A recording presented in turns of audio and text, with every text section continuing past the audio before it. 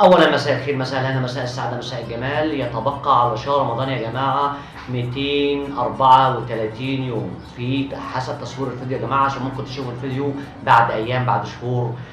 عشان ده حسب تصوير الفيديو. النهارده في تصوير الفيديو يا جماعه ده باقي 234 يوم. كل سنه وحضراتكم طيبين يا جماعه، وان شاء الله يا جماعه ننزل عد تنازلي مع بعض لحد شهر رمضان 2027 ان شاء الله. ان شاء الله يا جماعه هنتكلم عن الدراما السوريه النهارده.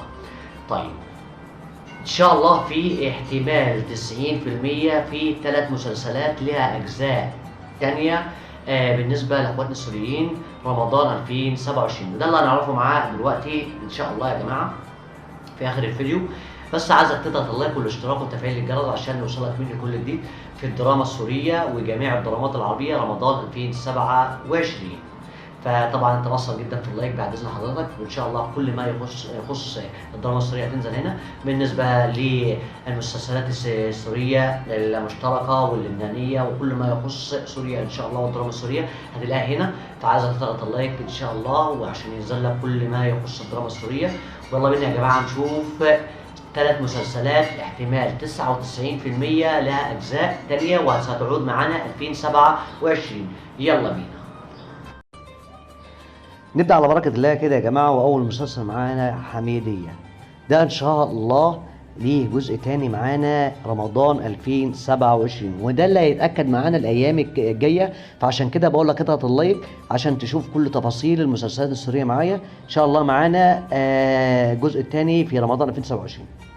الجزء اللي بعد المسلسل بعد كده مسلسل اليتيم الجزء الثاني. مسلسل طبعا حقق مشاهده كبيره جدا، مسلسل اليتيم، وفي كلام كبير جدا انه فيه ليه مسلسل ليه جزء ثاني في رمضان 2027، وده اللي هتعرفه معايا الايام القادمه. فضغط اللايك بعد اذنك والاشتراك. هندخل بقى على المسلسل الجامد جدا اللي كل الناس بتحبه بالنسبه لاخواتنا السوريين والوطن العربي كله، باب الحاره.